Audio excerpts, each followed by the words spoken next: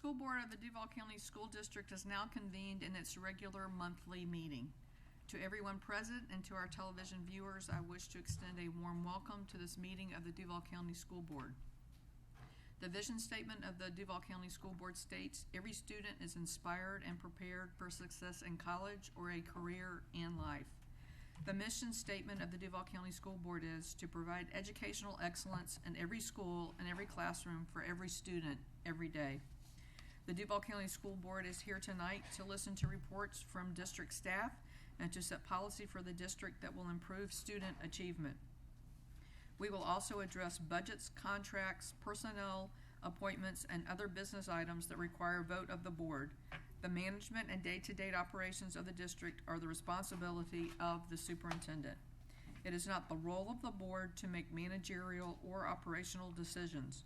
The board has policies and procedures in place to assist the superintendent in resolving management and operational issues. If items appear to move quickly, it is because the board meets in an agenda committee meeting prior to the board meeting for an in-depth review of all agenda items. The committee meeting for the July 2nd, 2019 school board meeting will be held on June 19, 2019 at 9:00 a.m. and the public is invited to attend. As a show of courtesy and respect to each other, we ask that all mobile phones be turned off and that no flash photography be used during the meeting.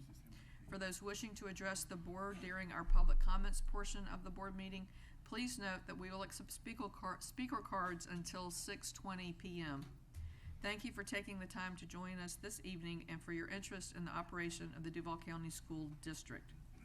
Our opening message for today will be given by Rebecca Peterson from Rise Church, and I invite the board to stand and remain standing for the Pledge of Allegiance.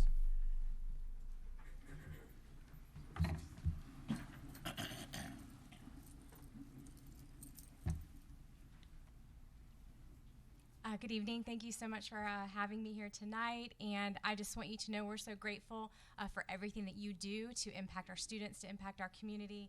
I just want to tell you how grateful we are that we have the opportunity to partner with our local schools. We consider it our responsibility to partner with our community to make an impact in the students in our community. It's not something that we take lightly. We put great effort, great resources into it because we believe in the students, we believe in the teachers, we believe in the faculty, we believe in everything that you're doing because we believe in the next generation. We believe that they're going to make an impact on our city. And we do this two reasons. One, because we believe that we're supposed to be servants. We believe Jesus was a great example of being a servant, so we want to serve others. And secondly, we do this because we love people, and we think people are so important, and we want to value them, and we want to extend love and encouragement to them. I think that encouragement goes a long way. I don't know what your beliefs are in God. I'm not here to push an agenda on you, and certainly that's not what we do when we step into our schools. We're not there to push an agenda. We are there to bring an encouraging word because we think that encouragement and kindness can go a long way. Sometimes just speaking an encouraging word, encouraging action over someone can just help you persevere when the days get long. So for everything that you do, things that you do that might seem unseen or unappreciated, we want you to know that we appreciate you, we value you, we honor you, we thank you for everything that you're doing to better our students and to better our community. So thank you so much for letting me be here tonight, and I hope it's okay if I pray over us tonight before we do the pledge. God, thank you so much for every single person in this room. Thank you for the impact they're making on our students and on our teachers and on our community. It's a big deal, God, and we honor them. We honor them for everything that they're doing to teach this next generation of leaders in our city. And so I just pray blessings on them tonight. I pray for wisdom as they make the best choices possible for our community and for our students. In Jesus' name, amen. I pledge allegiance to the flag of the United States of America and to the republic for which it stands, one nation, under God, indivisible, with liberty and justice for all.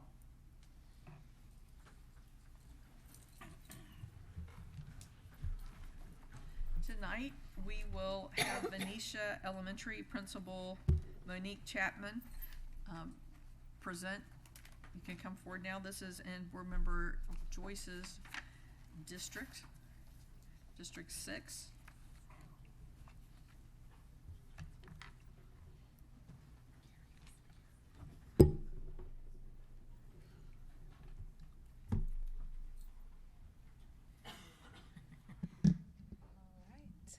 Good evening. I am Monique Chapman, principal of Venetia Elementary, and from my staff, I have our office staff, Miss Juliet Hill, and an active parent, and we have Miss Catherine Kishore, which is our military family life counselor. If someone was to ask me about Venetia Elementary, I will tell them our formula for success is healthy bodies, healthy minds, and a healthy dose of academics. Our special focus on the medical arts gives students an early start toward healthy lives. We have an important neighbor in the Jacksonville Naval Air Station. We teach their children, earn their support through a special relationship. We open the door to all of our parents, creating a family atmosphere that translates into high expectations in a safe place for every student.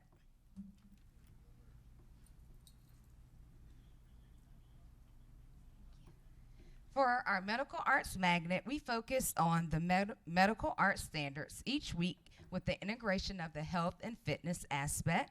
We have a special program called Small Bites where students learn important healthy foods, ingredients, and portions, coupled with making a healthy snack that ranges from lemon lime soda made with sparkling water, trail mixes, and fruit kebabs. We have a special partnership with Orange Park Medical Center. The community relations manager is a part of our school advisory committee, and she arranges for our 5th grade students to come each year on a field trip, and they get to experience the robotics program and learn about the various medical careers. We also have a Pittsco Science Lab that provides engaging, hands-on, teamwork, collaborative education for our students in the science, arts, integration, as well as engineering and math application. The students work on hands-on projects and missions that appeals to all types of learners. They combine structured and guided inquiry and student-centered technology in that science lab. Next, we have 2 of my students, Brianna Hill and Jamal Rice, and they are part of our Anchored for Life Comfort Crew, and they're going to explain this program. We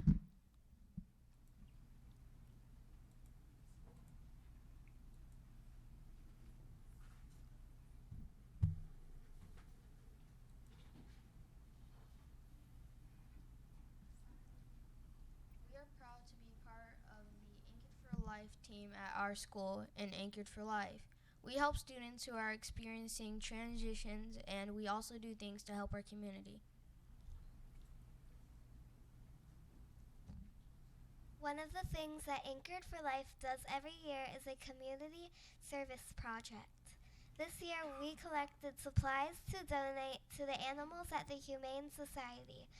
We also wrote cards and letters to local World War II veterans during the holidays.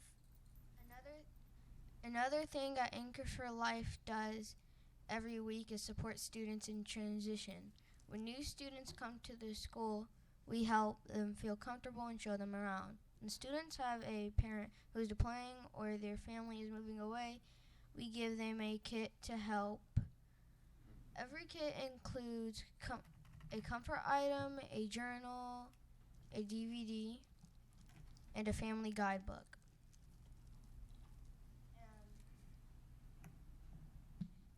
And here's the other thing. This is Mr. Cuzzy. He has a little hat, some goggles, and a scarf.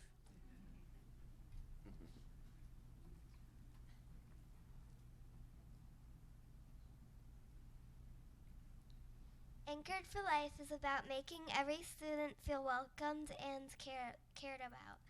It is also about connecting with the community. We are proud to have Anchored for Life program at our school.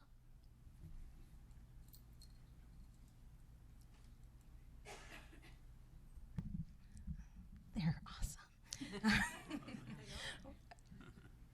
We were awarded a $500,000 Department of Defense grant in the year of 2015-16, and it is shared with Finnegan Elementary. And the grant allows for a full-time licensed mental health counselor that's shared between the two schools. We receive services 2 days a week for our students based on the military percentage. Additionally, with the funds for the grant, we host an annual Purple Ball where we honor our military kids and families.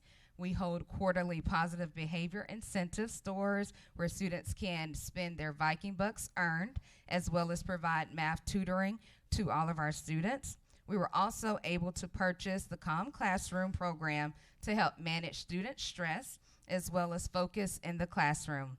Along with all of these activities, programs, and opportunities that are embedded throughout the school year, we offer strong instructional practices that meet the needs of students through differentiated instruction, student ownership, and higher order thinking activities to encourage collaborative problem solving.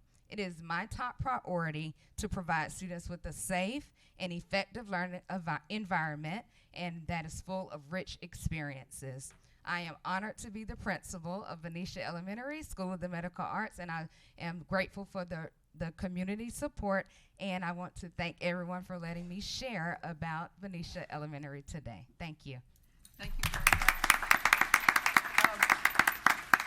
Board Member Joyce, I know that you are proud of this elementary school in your district. Would you like to say anything before we move on with awards, recognitions? Yes.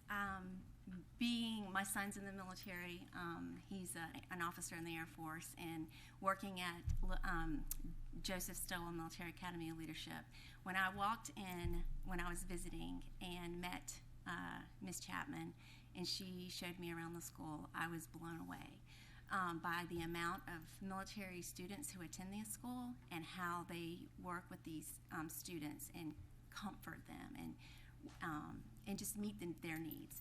And so all the hard work that you do, Ms. Chapman, I appreciate that. And Ortega, Venetia, that whole area is just blessed to have you as the principal there.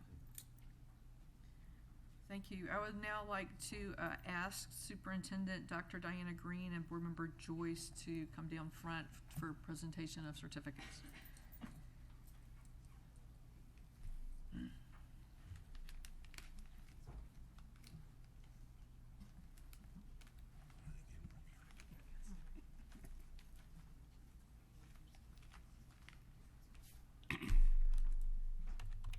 Ask her colleagues to describe her, and you'll hear words like leader and advocate.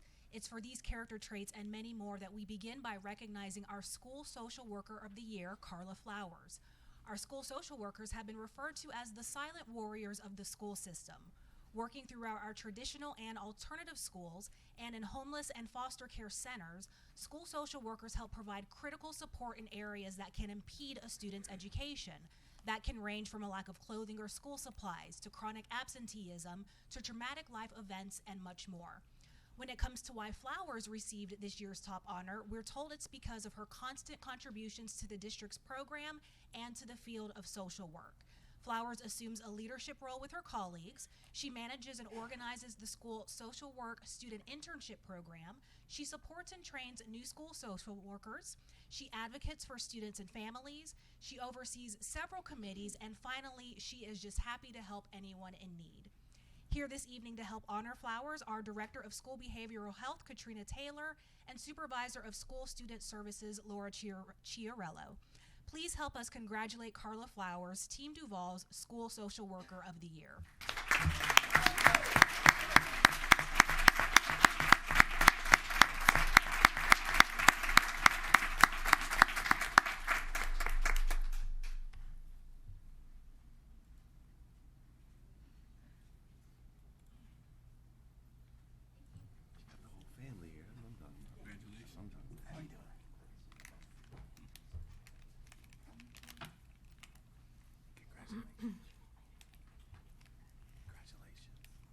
They are just 3 of less than 300 schools in the entire country to receive this honor. We now celebrate Jacksonville Beach Elementary, Chimney Lakes Elementary, and Stanton College Preparatory for earning National Merit Awards for Magnet Schools of America. To receive a National Merit Award, each of these schools had to demonstrate success in high academic standards, school diversity, specialized curricula and instruction, family engagement, and community partnerships. Each school went through an in-depth review process and was judged by a panel of educators.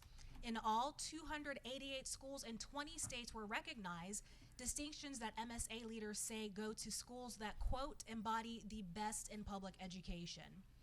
This year, Jacksonville Beach Elementary's gifted and academically talented program received MSA's top tier award as a Magnet School of Excellence.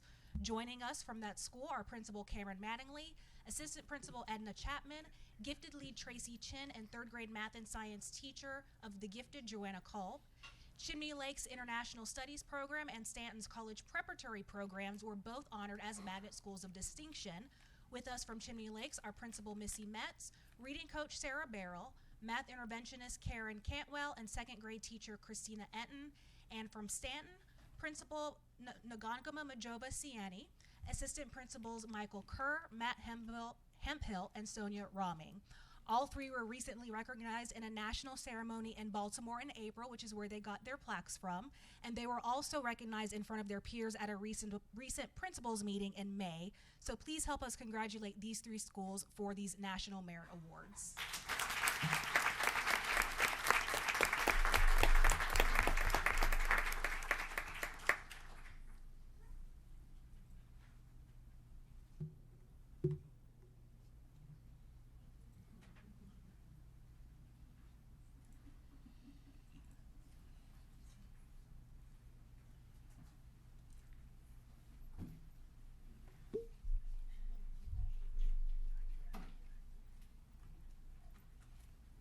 It's the kind of next level instruction leaders say would not have been possible without the generous support of our community.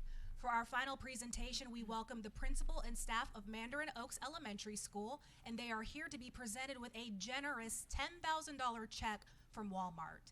This donation comes as a result of a vision to bring the national Project Lead the Way program to Mandarin Oaks Elementary School.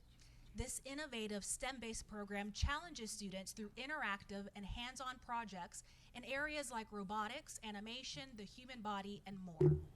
Mandarin Oaks leaders knew bringing a program like this to the school would come at a price, one they were willing to cover through fundraising. It was through these efforts that the school connected with Walmart. Mandarin Oaks Principal Lee Butterfield says that Walmart has shown a genuine interest in seeing this program flourish, and the school looks forward to this partnership. Walmart's donation ensures that teachers are trained and that Project Lead the Way is fully funded going into this next school year. This comes in addition to donations and support from the PTA, parents, and also from Representative Jason Fisher. Joining us tonight from Mandarin Oaks Elementary are Principal Lee Butterfield, Assistant Principals Rachel Fettner and Daryl Edmonds, and teacher leaders Emma Dubisky, Anna Aden-Matten, Elisa Young, Alicia Pitts, Cez Generoso, and Bree Cousins. And also from Walmart is the Director of Public Affairs from the state of Florida, Monicia Brown, and several representatives from the Walmart on Shops Lane, which is the partner of the elementary school. So please help us thank Walmart for this substantial investment in the Project Lead the Way program at Mandarin Oaks Elementary.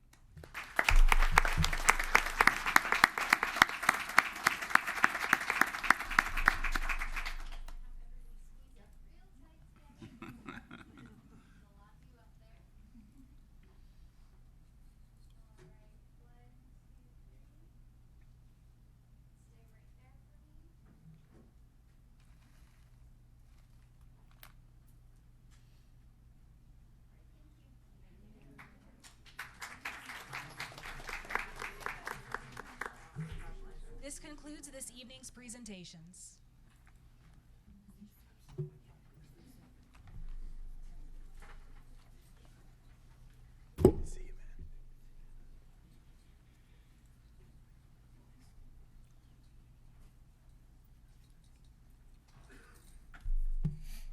Approval of the June 4, 2019 agenda. The Duval County School Board approved the June 4, 2019 agenda as submitted on May 28, 2019. Is there a motion? Move approval. Is there a second? It was moved by Vice Chair Jones and seconded by Board Member Anderson. Is there any discussion? Seeing none, I call for your vote.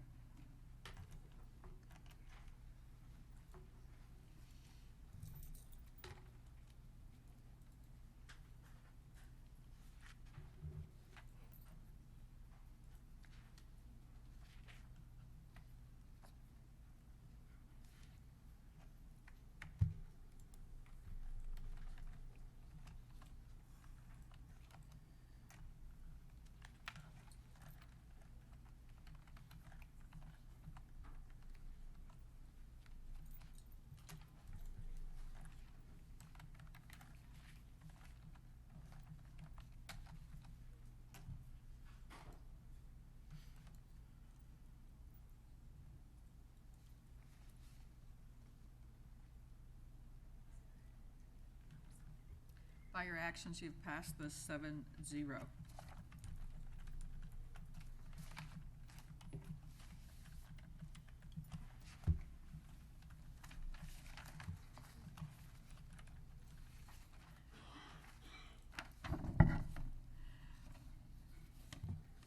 The graduation ceremonies were a great way to end the school year and to end the month of May. I'm always impressed by the number of students who earn certifications that lead to the workforce, as well as students who graduate with college credit, and most impressed by those who earn their AA or AS degree prior to receiving their high school diploma.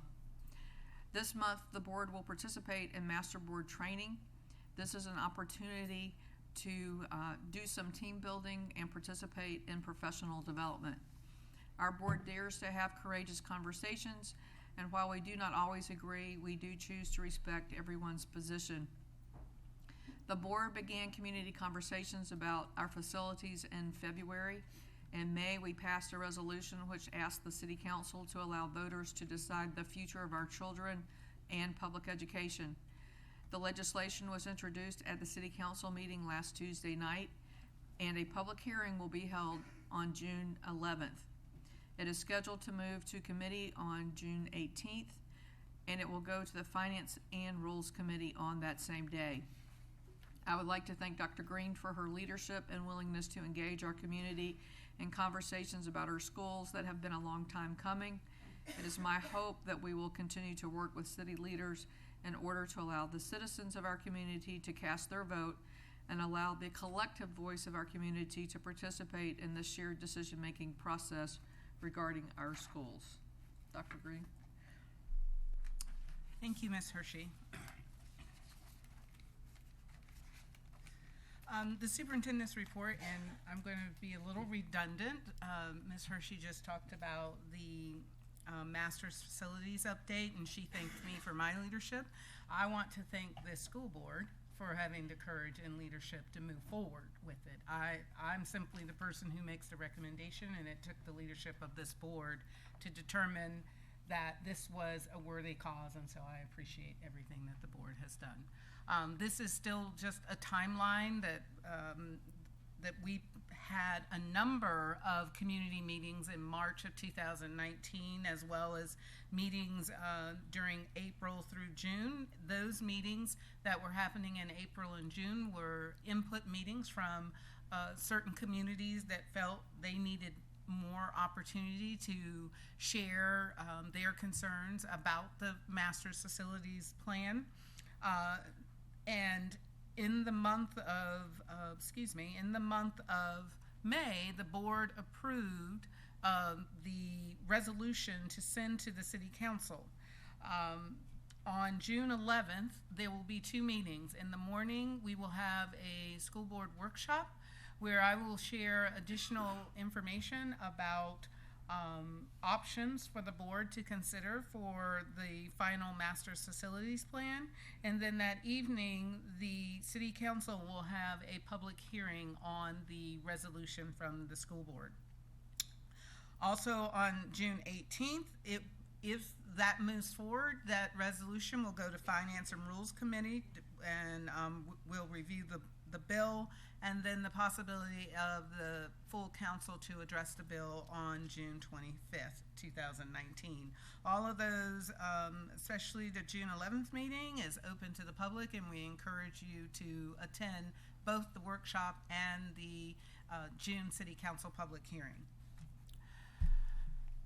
Also during this month, we had the release of 3rd grade reading scores. Just as a reminder, 3rd grade is a very pivotal grade level because by state statute, any student that scores a level 1, that would be the first, unfortunately, red flag that a student could possibly be retained in 3rd grade if they cannot pass with an approved, for lack of a better word, concordant score on a program such as iReady or a portfolio. This information is our data over the last 5 years, and what you will see is that for all of the districts, the big 7 that are represented here, most of the districts either went up 1 point or went down 1 point, with the exception of Palm Beach, which went down 2 points, and Pinellas went up 3 points. But here's the thing I want to point out, is that when you have movement of 1 point, even if it's a plus or a negative, you really have no movement. There is this, and I'm not going to get technical, but there's like this standard of deviation. If you're within this standard, you're still performing at the same level. So even though we had a positive 1 point, it really wasn't different from last year when it was a negative 1 point. So we have to review this information to see what is it going to take to move the needle. You'll see in 2016, the district went from 46% proficient to 50% proficient, +4.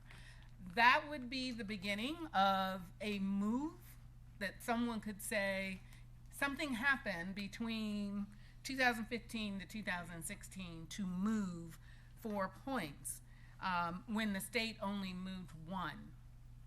However, for the next 3 years, the district really has not moved. It went up 1 point, went back to 1 point, now we're up 1 point. So basically, this means that we are stagnant as it relates to 3rd grade reading scores. And we need to look at, is it something in professional development? Is it our resource? We haven't changed our literacy resource since, well, I wasn't here, whatever year it was that you started with it. We haven't changed it.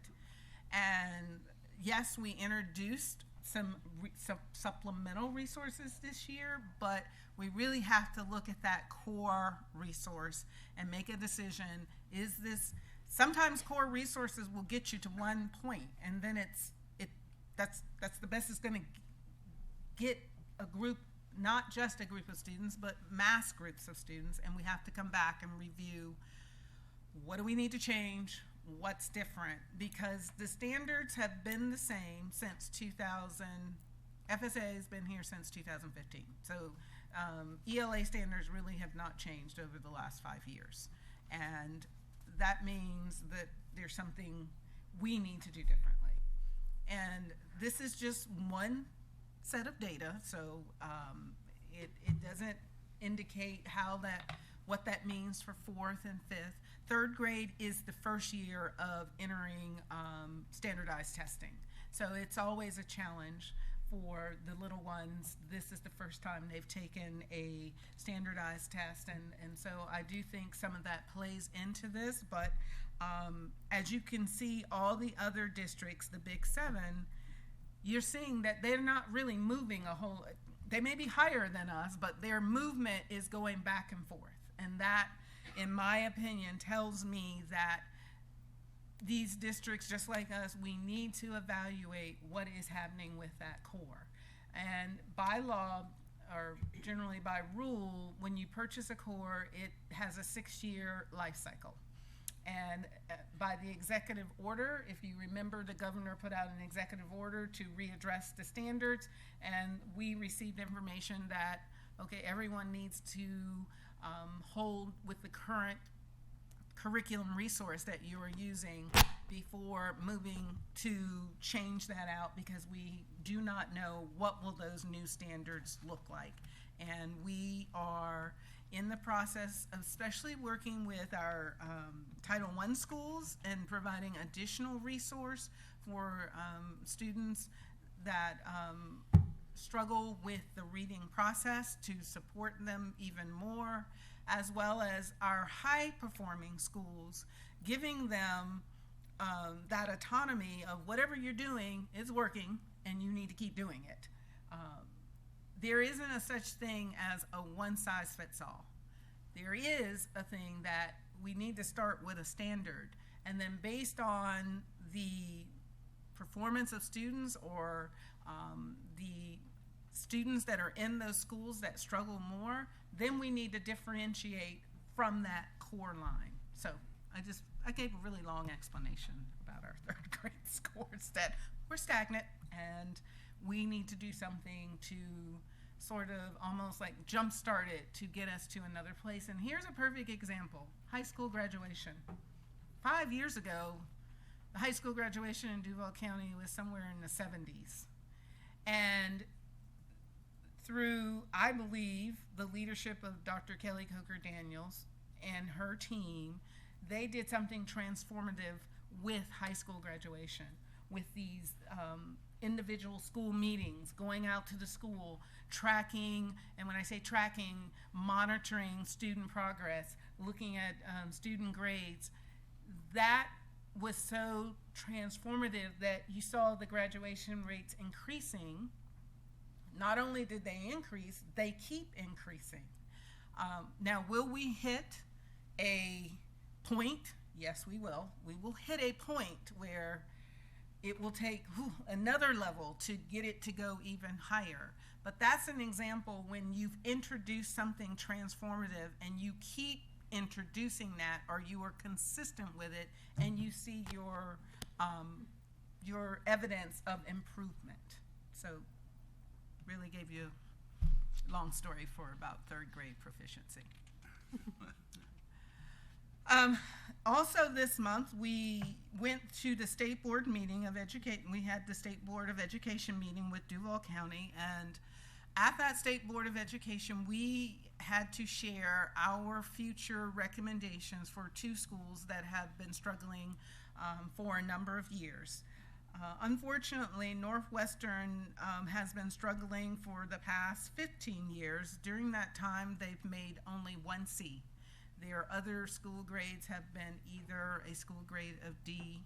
I think mostly it's been a D. I'm not sure how many, if they've ever fallen to an F. And the second school would be Lake Forest, and Lake Forest has been either a school grade of D or F for at least the past 6 years. What I'm sharing is I did share this PowerPoint with you all, but here is the slide on Northwestern. Based on our information and our data, we're still predicting that Northwestern would still receive a school grade of D for this year, though it would show basically stagnant, 36%, 36%. At that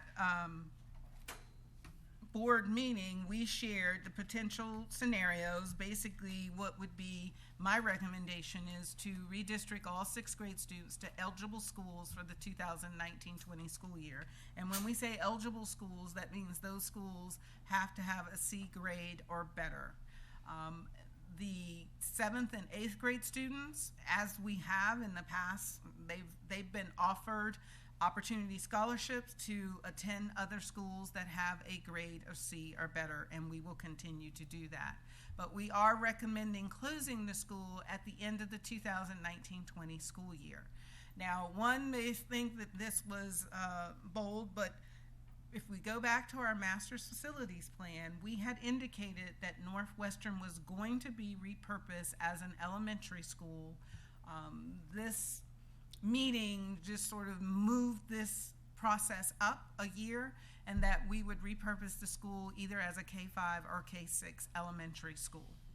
So my recommendation through our top plan, which we have to amend, is that all incoming 6th graders would be reassigned to the eligible schools, and that 7th and 8th grade would be open to opportunity scholarships, but that the school would still serve 7th and 8th and then close at the end of the 2019-20 school year.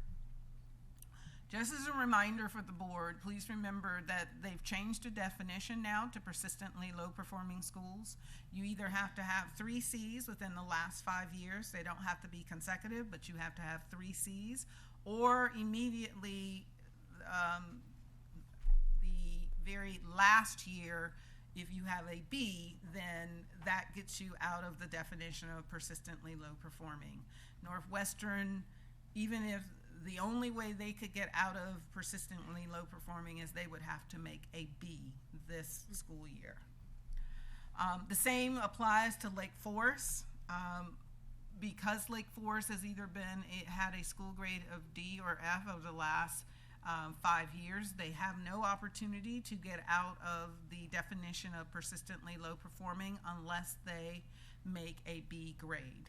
Based on our information that we have, we are predicting that they will improve, but they will improve from the current school grade of F to a school grade of D. Therefore, Lake Forest could not get out of persistently low performing unless they make a school grade of B.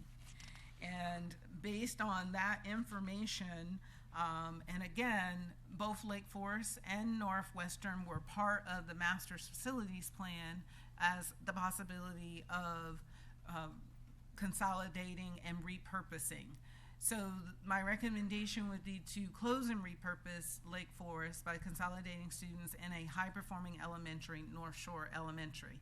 North Shore has been at least a school grade of B or C over the last 5 years. So North Shore is a school that would not even if their school grade was not a C, which we're not, nothing that we've seen so far indicates that they wouldn't be a C or above. They are not one of the schools we would be concerned about being persistently low performing. I know you know this, that North Shore was once built to be a K-8. Currently it has over 1,300 seats, and today North Shore has about 580 students. So its capacity utilization is very low. Part of that master's facilities plan was to increase the capacity at North Shore, one, because it is one of our, if you can say newer, it's one of our newer schools. Its age is maybe 10 or 15 years.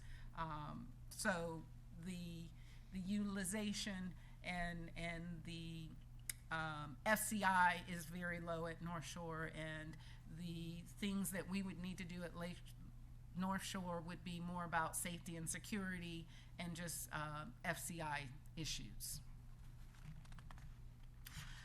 Ms. Hershey just talked about graduation. I know that each of you attended your school's graduations. I attended 11.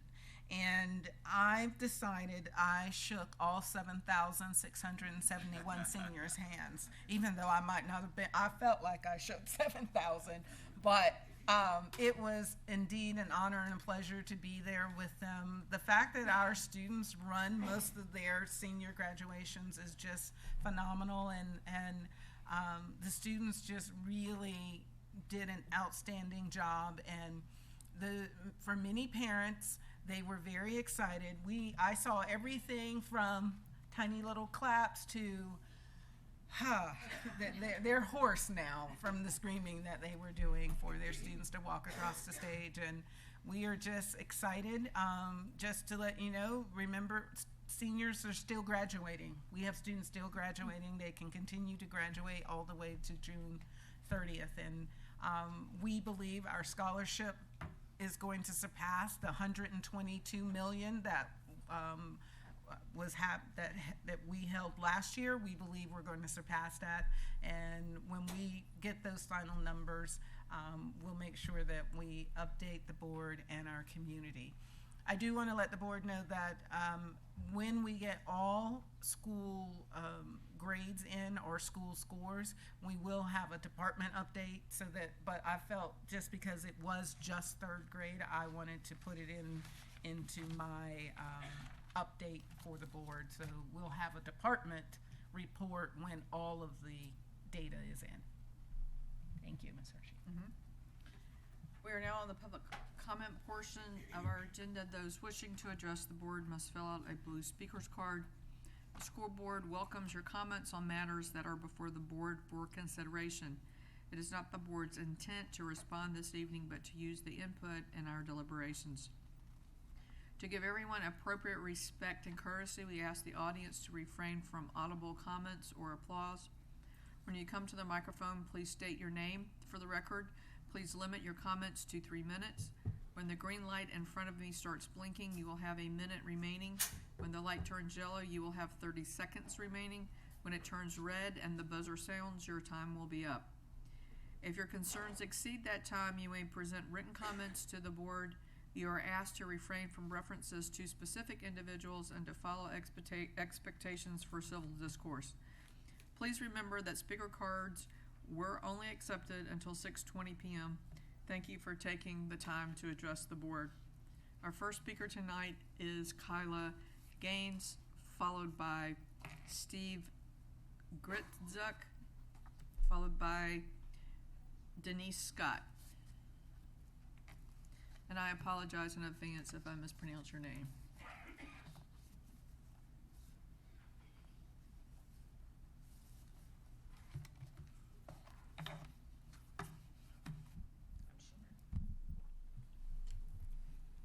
My name is Kyla Gels, and this is my daughter Malia. She's 14 years old. She suffers from complex regional pain syndrome, which is nerve damage. This condition on the Miguel pain scale is considered the worst pain imaginable. It's worse than childbirth, worse than amputation of a finger or toe. My daughter has complex regional pain syndrome throughout most of her body. This condition is considered the suicide disease. I wanted to address the Duval County School District for adopting a policy for medical marijuana in our schools for a qualified patient like my daughter. Governor Rick Scott, now senator, signed legislation on June 23, 2018 that allows our children to take medical marijuana at school. But to date, leadership in the Duval County School District has yet to determine how to navigate between conflicting state directives and federal ban. The law is quite clear. Each school district shall adopt a policy and procedure for allowing a student who is a qualified patient, as defined in statute 381.986, to use marijuana obtained pursuant to that section. Here are some counties that have already adopted policies and have not lost federal funding. Broward County. Their policy requires the parent to bring the medicine to the school and administrate the medication. Now, the parent or caregiver must submit a written request 48 hours to the principal in advance. They must also fill out and submit the district's authorization for medical marijuana low THC cannabis used for a qualified student form. The parent or caregiver must provide a copy of the caregiver's and medical marijuana register ID cards. This was made for 5-year-old Brooke. She can now use her medication in school. Palm Beach County. Parent must bring the medication to the school nurse, who then administers the medication and returns it to the parent at the end of the day. The Volusia County took the next step to allow students to receive medical marijuana at school, after the community urged board members to help improve the quality of life of sick children. Following the community's urging and Volusia County School Board's action, now medical marijuana can be administered on campus. It's called Zoe's policy. She was 6 years old and suffering. But thanks to the Volusia County School Board, she can now have her medication during school hours. I'm standing before the Duval County School Board tonight seeking consideration for my child's illness and the illness of other children out there suffering. I respectfully request the Duval County School Board to adopt a policy where my child and other children out there suffering illness be able to take this medication on school grounds like any other medication. Medical marijuana should be treated like any other medication. My daughter loves school. She loves learning, she loves her teachers, and she loves her friends. She shouldn't have to be removed off of premises to take a medication that state approved her for. She was not born with this, guys. She didn't ask for this. Think for a moment if this was your child or grandchild going through chronic pain throughout the day with an illness that no one has found a cure for. My daughter Malia will deal with this for the rest of her life. I'm just asking for a policy in place that helps all parties involved without disruption to our education or our school day. Given their legislation in place almost a year now, I'm asking y'all to be bold and do right for Malia and other children out there suffering. Thank y'all. Thank you very much. Steve Gritzuk, and if I mispronounced your name, if you could say it correctly for the record. Hi everyone, I'm Steve Gritzuk. I'm the Chief Operating Officer of ESS. And I wanted to take a little bit of time to allow you guys to kind of put some faces with our company. We are currently the recommended vendor for the substitute teaching and paraprofessional substitute services. I just wanted to let you know a little bit about our company and what we do. So currently, we service about 750 school districts across the country in 25 states, employing about 55,000.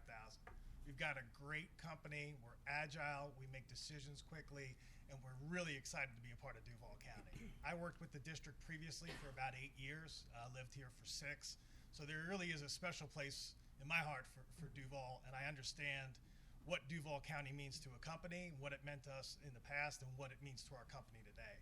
And I want to give the board and the community the assurance that we are extremely dedicated to this, and myself personally as well. As for the transition, we started the transition the moment we were able to get into the schools.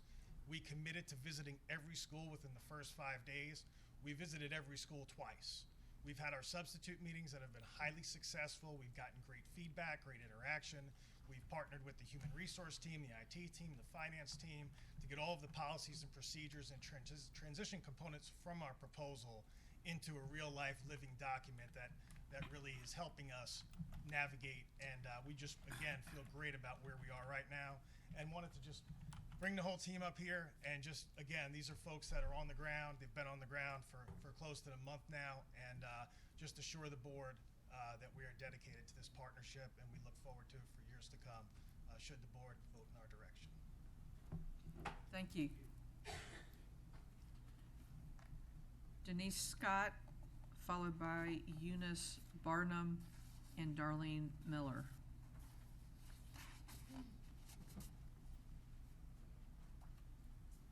Good evening. I'm Denise Scott. I'm officially retired, and it's been a pleasure to serve the students, parents, and teachers of Duval County Public Schools for almost 34 years. However, I'm here to express some disappointment that I have with this board, and I don't think that this board values some of the students' lives. Dr. Green, I'm expressing that this does not include you because you inherited some of this stuff. The real problem that I have are decisions being made without considering the impact that it would have on students, teachers, or staff. For instance, we have too many schools that have had more principals within 5 years. To be specific, Ramona Boulevard Elementary School has had 4 principals and assistant principals in 5 years. That does not give a principal time to put procedures in place, and it definitely doesn't give them time to build relationships in the school or in the community. I've been told that it takes 3 years to see if a plan works. The first year to see what's happening, the second year to implement the change, and the third year to see if that change works. How can a school see success if the leadership team is constantly changing? Another point I want to make is that when you're elevating an assistant principal to a principal and that current principal is leaving, why not promote that assistant principal to principal instead of sending them to another school? The current assistant principal already knows what the community is already involved in the community and know what's going on in the school. Seems like that would benefit a lot of stakeholders involved. This board has allowed some principals to wreak havoc in schools without the consequences, only to send them to other schools to ruin those people's lives. Most vulnerable students need discipline, guidance, dedication, and compassion. How did we allow Annie R. Morgan to have a complete disruption of all policies and procedures for an entire school year? Schools like that are most fragile and need stability and consistency and great leadership. I know this firsthand because I spent 33 years at that school, and it was my desire to retire from there. I decided to leave that school in August of 2018 because decisions were not made in the best interest of students, teachers, or staff. I worked for 8 principals in that school with excellent evaluations. We have to make sure that we're sending people that have students' relationships at heart. When students feel that that they need a change to ensure their stability, it's time to listen and take action. The vision of Duval County Public School is to provide excellent education in every school, in every classroom, for every student, every day. We have to be vigilant to make this vision happen for all schools and everywhere, not just for students that I feel, and I always say, across the border. Thanks. Thank you very much. We don't typically do this, but I would just like to ask Ms. Chastain if the superintendent could make a statement. Is that appropriate as a point of order? I mean, were you? So normally under the board policy, we don't comment. Perhaps we can make that comment at a different time in the evening instead of right now. Okay. All right. Eunice Barnum, followed by Darlene Miller and Douglas Henning.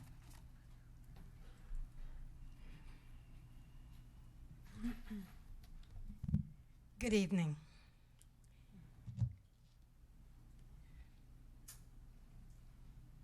Let me start by saying I am so disappointed. Excluding one person who's only been here 10 months, the rest of you been here earning paychecks, been here with your degreed selves, been here year after year, election after election, school year after school year. Some of you were born and reared here and graduated from some of these same failing schools. And you sit here and you watch children's lives destroyed. My own children attended Lake Forest. I haven't heard anybody say anything about giving back your pay. You failed. You didn't master. You didn't do what we paid you to do. I want my money back. I'm tired of watching grown folk make money on the backs of children who are helpless. Cash your check. Feed your family. Ride in your fine car. Live in your fine house. How do you live with yourselves? And children can't read. Under your osprey, under your leadership, under your guidance, would you think you got it going on selves? Yes, somebody need to wake you up your sleep.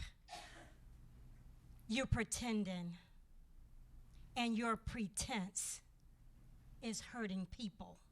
And know what I find out? That some of you were those third graders too. They failed you, and now you are grown adults, and you can't function either. You can't read. You can't interpret. You don't know the law. You don't know where to find the law. You don't even know how to ask the appropriate questions. But I'm tired of watching children have to suffer because of grown folk. These are not winos. These are not the people sleeping under the tree. It's you elite folk that's showing up on these jobs. Thank you, Ms. Barnum. You're quite welcome. Darlene Miller, followed by Douglas Henning.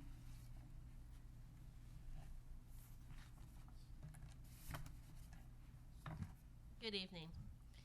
As my husband and I reflect on the last, 3 years of coming up here and asking you for your help and the assistance of our special education children. We do thank you for all the help we have received. Our son is actually one of the hands you shook during graduation. Let me tell you a little bit more about him, because this leads into the fact that we will stand behind you and we will see you next Tuesday at the City Council meeting. Because public schools are important, and they're very important to our ESE children. My son started in a private school. Halfway through kindergarten, they call and say, "This is not a good fit. He should be reading. He should be doing this. He should be doing that, and he's sleeping all day." Well, we agreed it was not a good fit. We took him out of private school. We put him in public school. Halfway through his kindergarten year. By June of kindergarten, he was reading on second grade level. Public school was the only place we were going to get accommodations, support, at an accelerated pace that he needed. He finished high school with a 1250 on the SAT. That's 250 points higher than average. These children need help, and I implore you to keep it up, keep up this fight. My husband and I will be standing behind you. We will be speaking, and we will keep up the fight. We have SAC chairs. Maybe they need to send out emails. We have PTA chair. Maybe she needs to send out emails. And maybe our teachers union need to send out emails.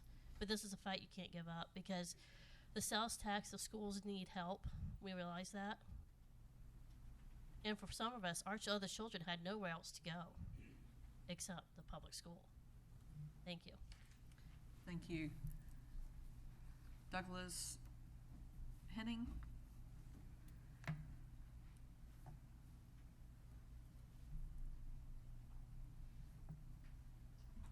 Hi, I'm Doug Henning. I wrote Douglas. This past year, since August, it's been my honor and pleasure to serve as a teacher of mathematics at Edward H. White High School. It has come to my attention that on the agenda this is the approval of the agreement with City Year, and I had throughout the entire year an excellent relationship with the City Year program at our school. For part of my classes, I had City Year teachers who were in the classroom assisting, and outside of school they provided tutoring services that were critical. You talked earlier about moving the needle in schools and seeing jumps, and you see that on average over whole schools and whole districts, but also you see it in individual classrooms. And those students who took the most advantage of the City Year services were the ones who I saw the needle move on the most. The ones who I saw start the year with significant skills deficits and end the year having made large jumps, not to come up, to move above average perhaps, and to move relative to their own original skill level. And I think it's very important that Ed White retain the City Year program for several reasons. One, the improvement that I've seen in those students who had access to that.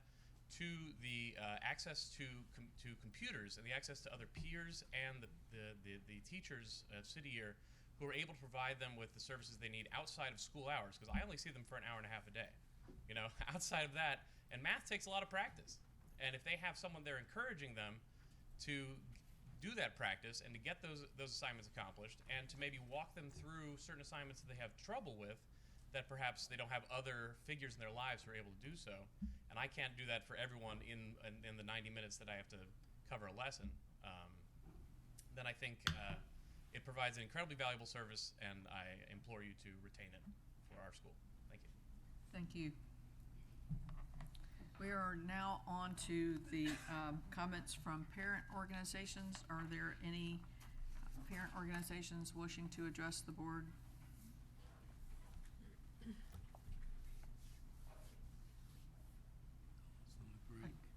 Don't think I see anyone.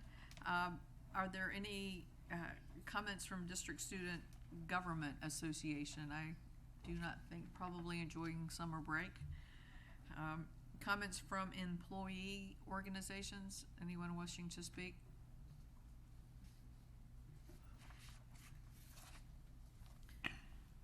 Approval of minutes. That the Duval County School Board approved minutes for the meetings listed in the agenda item. April 25, 2019 Subcommittee Meeting Superintendent Evaluation Tool. May 6, 2019 Board Workshop. May 6, 2019 Board Member Meeting Hershey and Grimes. May 6, 2019 Community Meeting Jean Ribaud High School. May 7, 2019 Regular Board Meeting. May 8, 2019 Special Board Meeting Student Expulsion Hearing. May 9, 2019 Community Meeting William Raines High School. May 14, 2019 Board Workshop. May 15, 2019 Board Member Meeting Hershey and Joyce. May 22nd, 2019 Policy Handbook Review Committee Meeting. Is there a motion? So moved. Second. It's moved by Board Member Grimes and seconded by Vice Chair Jones. Is there any discussion? Seeing none, I call for your vote.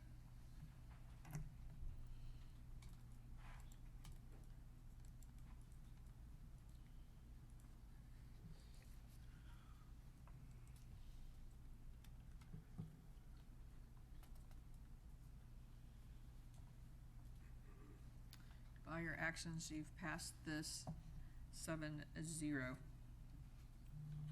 Approval of consent agenda. Are there any items to place on the consent agenda or items for discussion? can I just put the calendar item on consent with comment? Had it up and then I clicked to another screen. It's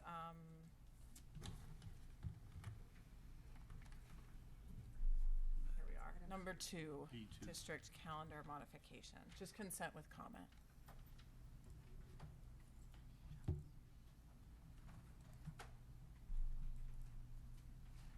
Do you have that, Ms. Sparrow? Yes. Okay. I think that's the first time we've had something pulled on the floor, so I'm trying to figure out. I have this nice little script here, and that's spontaneity, and I'm trying to. So if it's consent with comments, is that what you said? Okay. Is there a motion for the approval of the consent agenda? So moved. Second. It was moved by Vice Chair Jones and seconded by Board Member Willie. I believe Ms. Smith, whereas you can speak now on that if I'm following this. Is that, did I do it right or is it wrong? Madam Chairman, no, I think we need to vote on the consent agenda. Vote and then she's. And then we move to the consent with comment as the next item. Okay. All right. So we will vote now on the consent agenda. Thank you.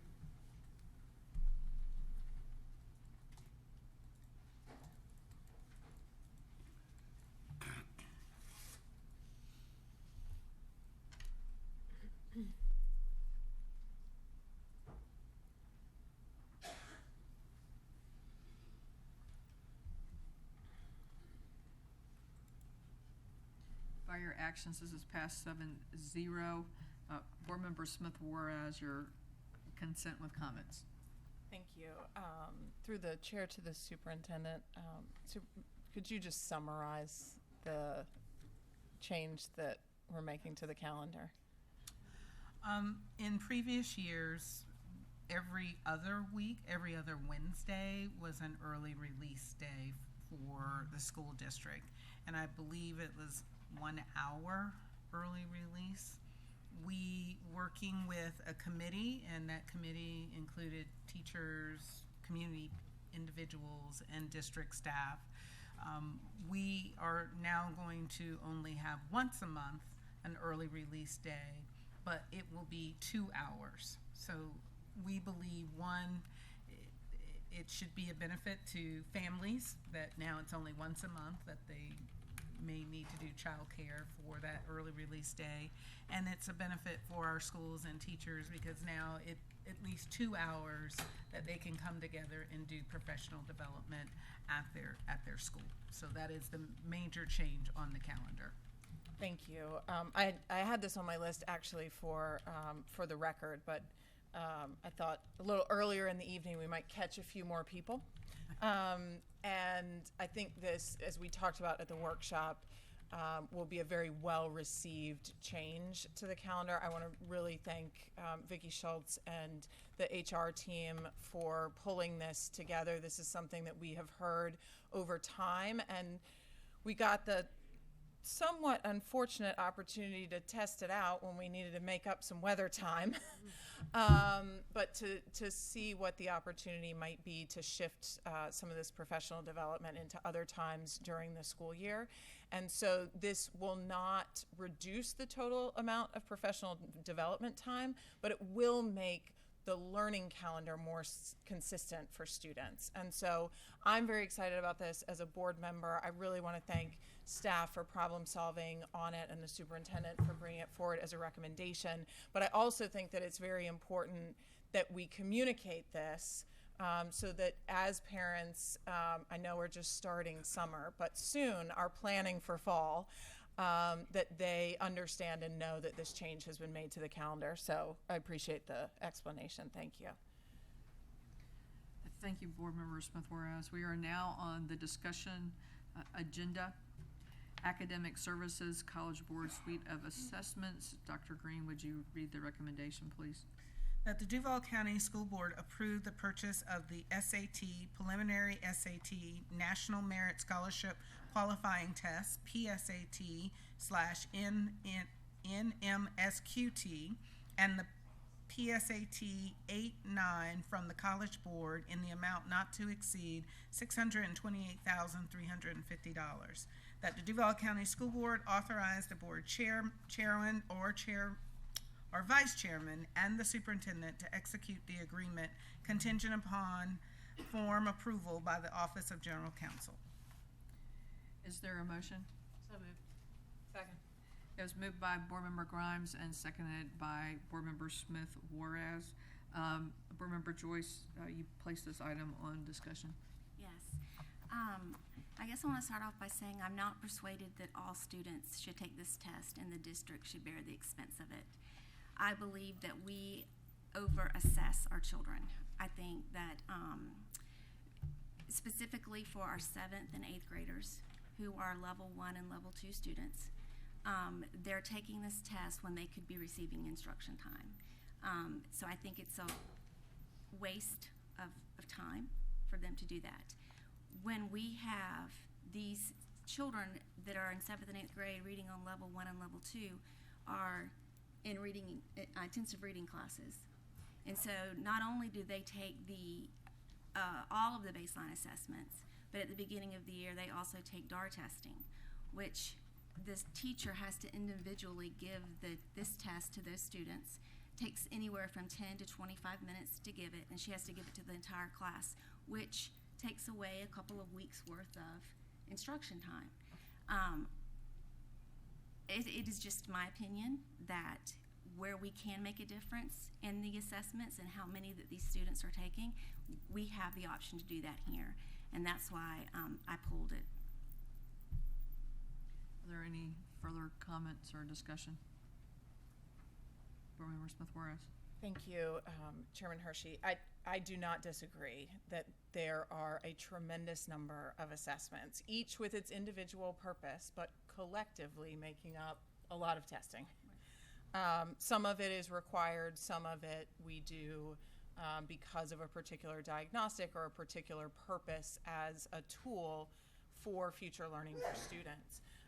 Several years ago, the board expanded PSAT, SAT, and ACT testing opportunities for all students as a commitment to equity and as a commitment to every student having the opportunity to demonstrate what they know and understand what they can learn if it is their desire to go to college.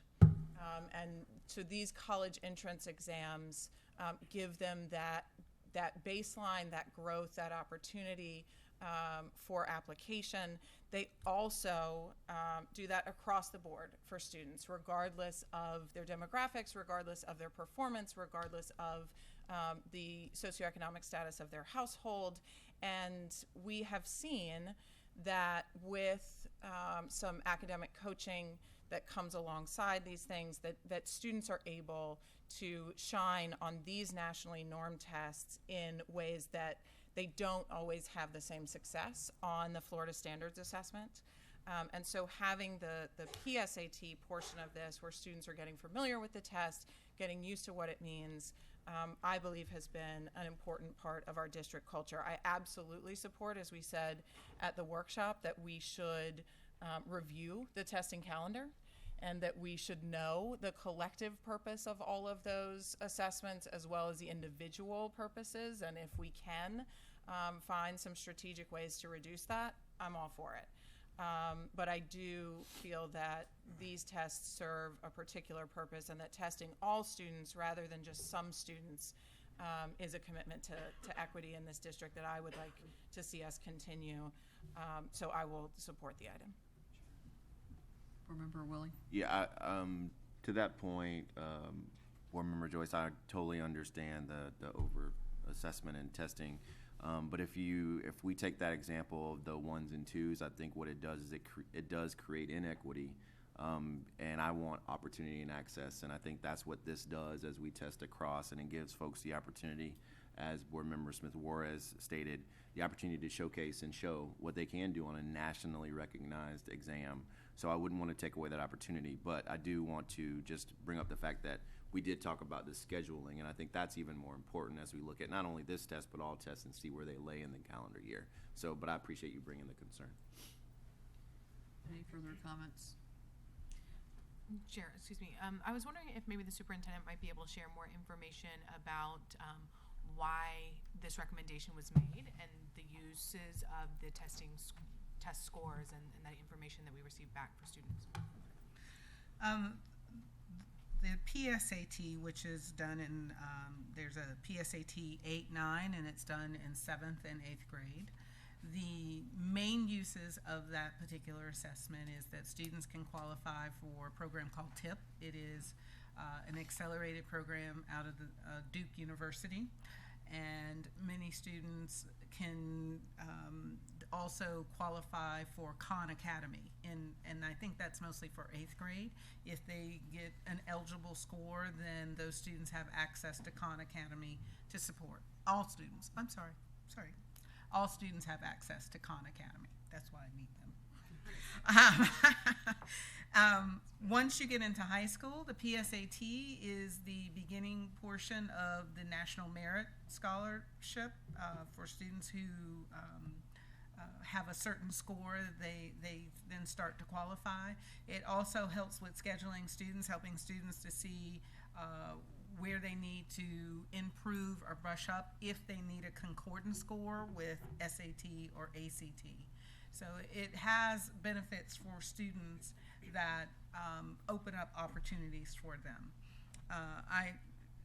If you will, if it's not a problem, I do want to also share with Ms. School Board Member Ms. Joyce, through the chair to Ms. Joyce, that you do find students who, for some odd reason, they may score level 1 or 2 on FSA, but through here we find you have skill. What is the issue? So now we can have a counselor intervene, meet with that student, their family, and say, you know, we do have some students that, for whatever reason, don't always apply themselves, and these particular assessments gives our schools the opportunity to possibly engage with those students to find out, well, what is it that, you know, we can do to engage you to really demonstrate what you know, because based on this information, it says that you're capable of handling more rigorous coursework, but yet during what we're seeing day to day, they may not be doing so. Any further discussion or comments? I call for your vote.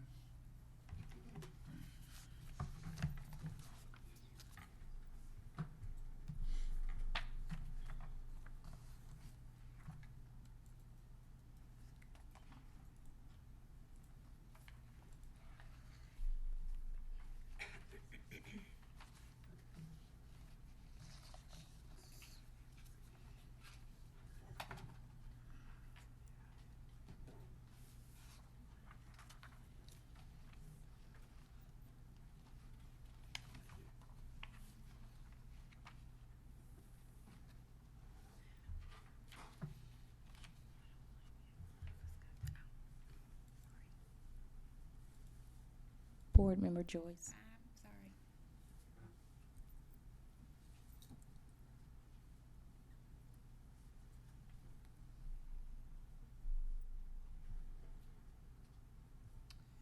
This passed 6-1. Human Resource Services staffing contract with ESS Southeast LLC for substitute teaching employment services. Dr. Green, would you please read your recommendation? That the Duval County School Board approve the contract with ESS Southeast LLC for substitute teaching employment services for an initial term of July 1, 2019 through June 30th, 2024, subject to annual appropriated funds. That the chairman or vice chairman and the superintendent be authorized to execute the contract upon approval as to form and sufficiently by the Office of General Counsel.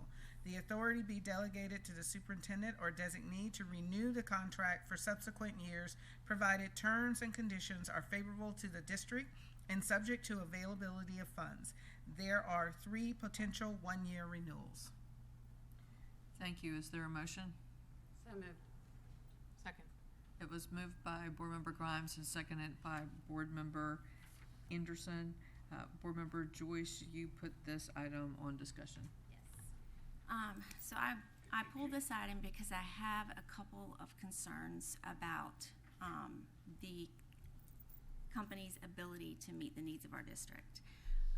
When I inquired how many other districts they serviced, and I believe that information came back that it was around 11 or 13 other districts. Is that through the chair to Dr. Green?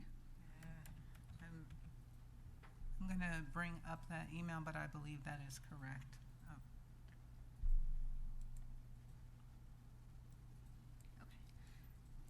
So I inquired on how many other districts that they currently serviced. The information that I received back was about 13 or 11, and that those districts were much smaller than Duval County. So that was cause for concern for me. Also, the fact that we received the contract, or we're voting on this, and it's 2.5 months before school starts. And so I'm concerned that making that transition and fully staffing and meeting the needs of the district by August the 1st could potentially be a problem. If this would have come before the board, say 6 months ago, and we would have had some time to put everything in place, I'd be more comfortable voting to approve this. But I just, these are my concerns. I think that they need to be addressed. Any other comments, Board Member Grimes? Madam Chair, could I, maybe through the superintendent, ask our staff to tell us what went into their decision? I know it was a lot of time. Through the chair, may we have Ms. Schultz speak? Absolutely. Yes, ma'am. Through the chair to the board, we use the RFP process, and it is a rather lengthy process where we solicit bids. We had groups bid, and then we had a group of principals and district staff review the proposals. 3 individuals were asked to come in and actually present. They made their presentations, and we used a rubric and scoring guide in order to make the decision. I'd also like to add that they've already received over 1,000 applicants and of people who are interested in subbing for next year. And so as it relates to Kelly, we had about 1,700 in the pool, and so far we've already received over half of that. Thank you. Board Member Grimes. And there was also a Yes. Protest. Kelly did protest it, and that was reviewed, and we are now moving forward with ESS. And so you think this is the best company to go with, right? I'm fully supporting this company, yes. Okay, thank you. Board Member Willie, did you want to say something? Or? Yeah, maybe through the chair, through the superintendent. Because I think the question and concern is the timing on if we start school and we may not have enough substitutes. So you said they have 1,000 applicant pool. Say on average, how many substitutes will we need on that time period for us to be able to make sure we had coverage roughly on an average day? So 1,000 would be about what we would need, but you know, all of them don't show up every single day, and we still have almost 2 months in order to actually hit the pavement and start recruiting full steam ahead. Vice Chair Jones. Thank you, Madam Chair. I shared some of the same concerns at the workshop about the timeliness, and but it's my understanding, I guess, through the chair, the superintendent, or to legal, we had an RFP, and we have to and that's set by state statute, so we have to go with the lowest responsible bidder. In this case, it was ESS, and so I think the bigger concern is having subs that are willing to go in some of the more difficult schools to staff. That's the biggest problem. It's not so much having enough subs. It's having subs willing to go in some of your more difficult schools. And I don't know if they're offering an incentive for those schools through the chair to. Through the chair to Board Member Jones, yes, there is a hard to staff piece that is given to those schools.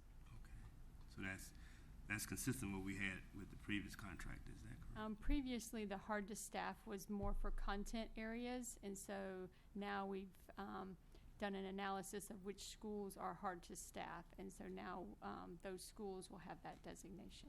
Okay. So with that understanding, I think we would be ill-advised not to follow state statute and approve this contract. Board Member Willie. Can you clarify, maybe through council, the lowest? You said the lowest qualified bidder. Is that the language?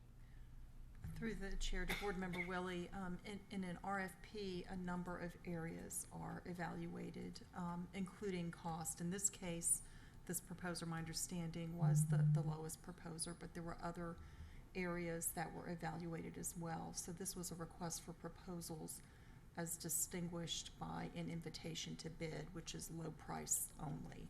This was a broader evaluation, that was described in the RFP.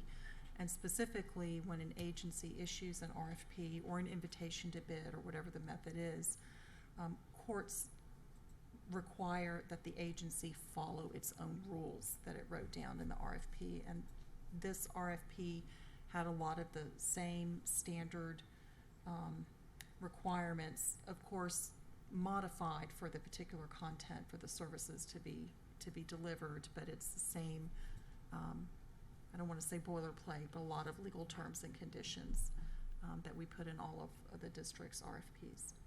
Yeah, I just wanted to ensure it's not just the lowest price, it's also the other pieces that are there too. I didn't want people to think we just take the lowest price and that's it. It's yes, mostly it's other pieces, so I appreciate that. Thank you.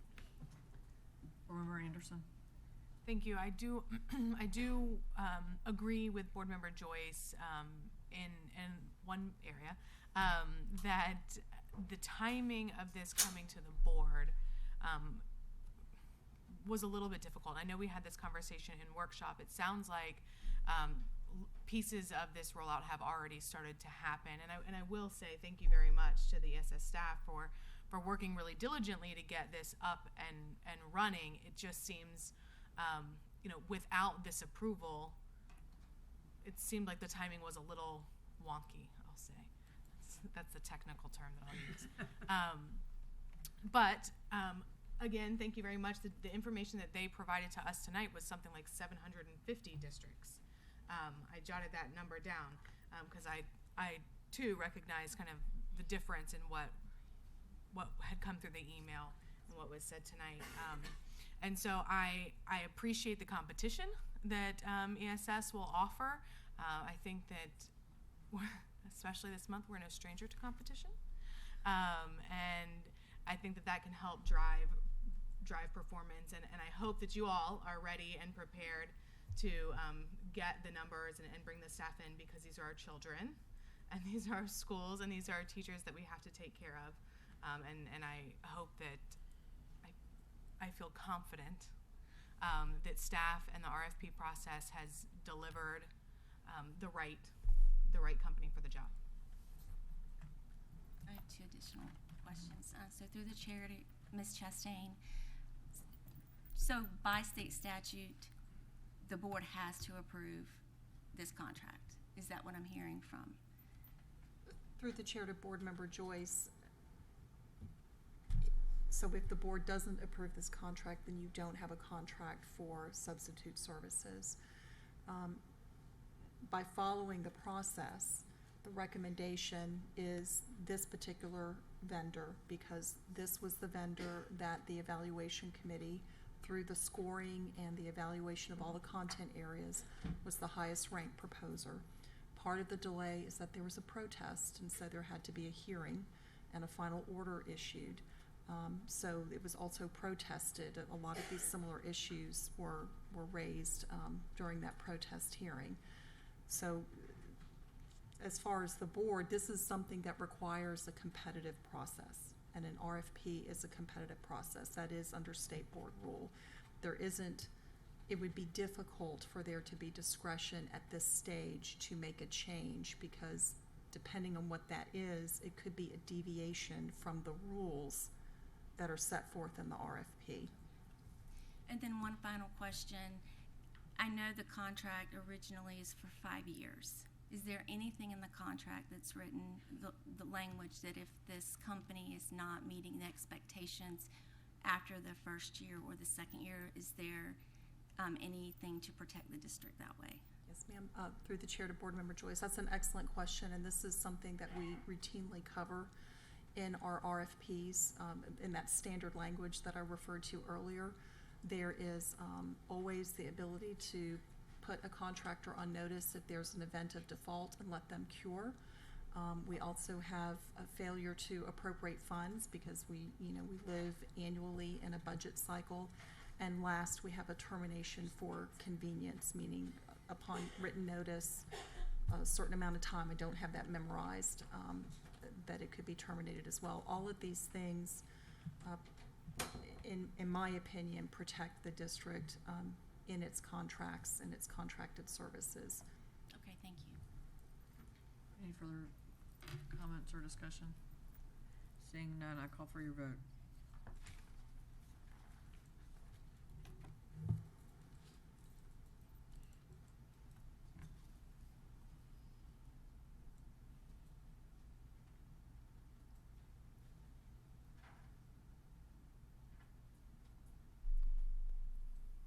By your actions, you have passed this 7-0. We are now on the public hearing portion of our agenda.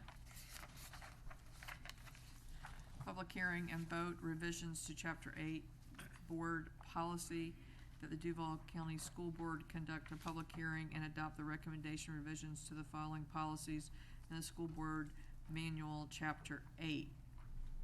Policy 8.96, Critical Incident Preparedness. Is there, I gotta open the public hearing. Open the public hearing. Is there anyone who wishes to address this item? Seeing none, I close the public hearing. Is there a motion? So moved. This is moved by Board Member Grimes and seconded by Vice Chair Jones. Is there any board member who wishes to speak? Board Member Smith-Juarez. Thank you. Through the chair to the superintendent, understanding that this policy, critical incident preparedness, speaks to training and implementation of security measures, some of which by state statute are exempt from public record for good reason. I just want to ask one clarifying question. Does the passage of this policy allow any school personnel not currently authorized to carry a firearm on campus? It's not a trick question. Well, no, I wasn't sure I heard it correctly. Does the policy does the policy allow any or the accompanying documents that are not part of public record allow any staff member not currently authorized to carry a firearm on campus to carry a firearm? The chair to Board Member Smith-Juarez, no. Okay, I just, for clarity. Yes, for the record and for clarity. Thank you.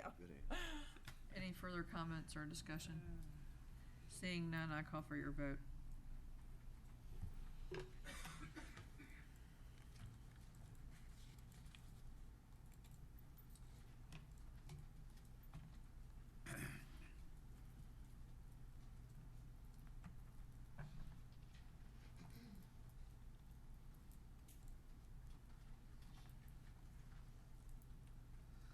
By your actions, you've passed this item 7-0. We are on to board member travel. That the Duval County School Board approve the following board member travel: June 26 through 29, 2019, Washington, D.C. School Board Leaders Conference. Board member Willie, is there a motion? It was moved by board member Smith Juarez and seconded by board member Grimes. Is there any discussion?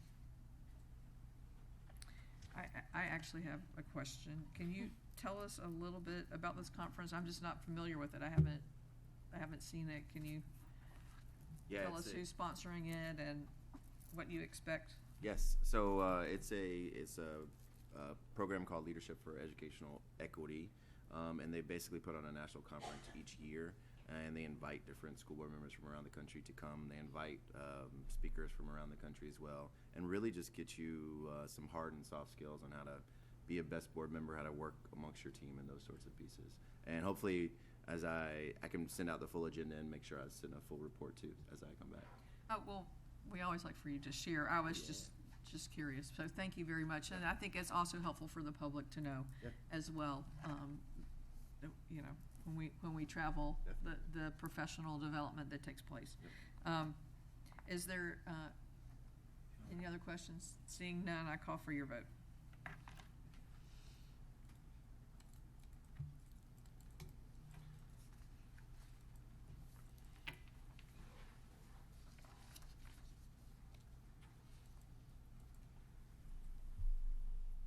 By your actions, you've passed this item 7-0. Superintendent travel, that the Duval County School Board approve the following superintendent travel: June 12 through 13, 2019, Tampa, Florida, FSBA FADSS 2019 Summer Annual Conference. Is there a motion? So moved. It's moved by Vice Chair Jones and seconded by Board Member Grimes. Is there any discussion? Seeing none, I call for your vote.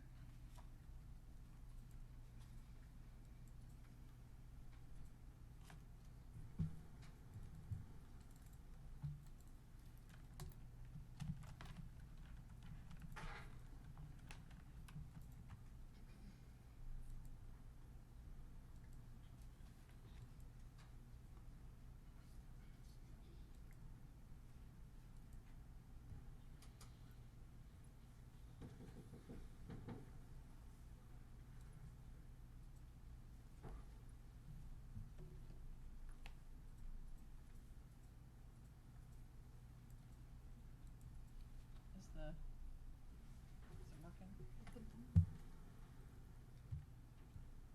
By your actions, you've passed this item 7-0. I know we are far away on our agenda from public record, but we are on for the record, and I was going to let Dr. Green speak if she would like to comment, since that was not the time at the public comment portion. Thank you, Chairwoman Hershey. I just needed to address that there was a comment about principal changes, and really that is the role of the superintendent, and I was given a pass, and the information was sent to say to the board, but whether it's me or the superintendent prior to, it's the superintendent that makes those decisions. So I just wanted to correct that yes, the board does, they have to approve those recommendations, but the only reason they could actually not approve is based on 7 sins, or they have to have good cause. Thank you. I was saying 7 deadly sins, but that's part of the good cause. And just wanted to just clarify that. That's all I wanted to say. Thank you, because I was sitting there thinking, that's not my job. I know. Thank goodness. So we will start with Board Member Anderson. Do you have anything you'd like to share on for the record? Sure. Thank you so much. I been busy this month. It's been a crazy month. First, I would like to say thank you very much to our board chair, Vice Chair Jones, all of the board members, but I think especially you two have been working really hard on this referendum, and every time I turn around, I hear of another meeting scheduled, and it's mind-boggling to me. So I do want to say publicly thank you for all of the meetings and all of the work that you've put into this. I also want to say thank you to Dr. Green for her presentation and her composure and her poise at the state board meeting. I was impressed, is the term I'll use, with your commitment to our students, to our communities, and I appreciate that very much, so thank you so much. I've had the opportunity to meet with seniors at Fletcher this month, and that was a very fun experience. Got to go out and chat with some of those kids. I know that sometimes they don't always have the opportunity to connect with their elected officials, but I wanted to hear about their educational experiences before they left our system, and that was very enlightening. They were really concerned about the length of their lunch times, so duly noted. But it was a fun process to kind of teach them about what I do as a board member, what the school board does, and really kind of what our role is in the community. I also want to give a shout out to Chetts Creek Elementary School, who won Best Large PTA for the year, and to all of the hard work that those PTA organizations across the district, really, thank you for all of your hard work for taking care of our students and our staff throughout this school year. Farewell to our retired teachers. Thank you for serving us so diligently, and that we will miss your institutional knowledge, but we wish you a good next adventure. All of the graduations, I had the opportunity to attend 4 graduations, and it was really impactful to sit there on stage, to have the opportunity to shake the hands of our graduates, and remember that this is why we're doing this. This is why we fight hard every day to make sure that our public education system is there for them, so that they can graduate and become our neighbors and our leaders and citizens in Duval County. So that has been very, very fun. I would like to pass on my words of wisdom from the graduation we did at the Juvenile Detention Center. A young man spoke there, an incarcerated young man, and he said, "What comes easy won't last, and what lasts won't come easy." So thank you so much, Mr. Hayes, for those wonderful words of wisdom. I do want to remind everyone that we do have public hearing at City Council on the referendum June 11th. The dates again for committee are June 18th. So I would encourage everyone to please come out and share your stories, share your support. How has Duval County Public Schools impacted your life, and why do we need to make sure that we're taking care of our school facilities? I'll be having a Facebook Live Q&A on Thursday. And so if anybody is interested in learning more about the frequently asked questions related to the referendum, please feel free to check it out. You can just find me, search me on Facebook, and hopefully that'll help give some people some information. If you don't have the information, please tune in. That'll be there, of course, as a video. And I think that is it. Thank you. Do you have a time for your Facebook Live? 7:30. Okay. 7:30 p.m. Board Member Willie? Yes. I too, it's graduation season, and I got a chance to attend 8. It's a lot. Yeah. That's a lot. Let's count them up. And it is always a special moment to see families and students and just teachers and staff get to celebrate that accomplishment, because everybody doesn't get that opportunity, and it's just eye-opening to see. And there was a quote at one of the graduations. One of the student speakers said, "Let your light shine because it gives others the permission to do the same." And I thought that was such a powerful quote, and I think sometimes we diminish our light because of other people, but I think it's important to keep our light shining always. Also, just want to give some special recognition. There was a number of book fairs that happened by Read USA, partnered with City Year and some other folks, and a number of my schools, and I think Board Member Jones, across the district, I think 30 plus, and students got to go home with brand new books, like I think 3 each, to read over the summer. And we often talk about Summer Slide and reading, and I thought that was just a great program, so wanted to give recognition there. And I also just want to recognize Ms. Barnum, and I forget the other young lady's name who came to speak before her, just talking about just challenging us. And I think I appreciate that, because that's why we are here. We're not here just to check a box and vote for every single thing that comes across. We should be challenged. People should come and speak their mind and tell us how they feel, because that should actually move us and move us to action. And trust and believe that when Dr. Green talked about the third grade reading scores in Northwestern and Lake Forest, these are things that we're constantly thinking about and constantly trying to sort of iterate on. How do we get this right? How do we do better by our kids? And I think, but I also appreciate the push, and know that I'm going to challenge myself and challenge this board and challenge our superintendent to do every single thing that we can to ensure that our kids, third grade, fourth grade, fifth grade, beyond, whatever grade, to ensure that they have a great education. So I just want to acknowledge the push, and I appreciate the push. And last, we all know that the half a penny sales tax is upon us. I was at a CPAC meeting last night, and I thought it went really well. And why it went well was because we had a dialogue about why this was important. And I tried to center that whole group on why. And the why was our students. Our students are entering into schools every single day. Some that if you entered into that facility, you would say, wow, learning happens here. And we often question why we're doing this. And sometimes we get caught up in the back and forth and some of these pieces, but at the end of the day, it's about students having safe schools, schools that are functional, schools that are high quality and have the technology that where they can succeed. So I'm excited about this half a penny, and I think folks need to go to, if they haven't gone to ourduvalschools.org, the website, check it out. There's so many so much great information there about questions, about answers, about all of it. And I think if we could just take a pause to actually go there and better educate ourselves on it, I think would be in a good place. And to piggyback on Ms. Anderson, show up.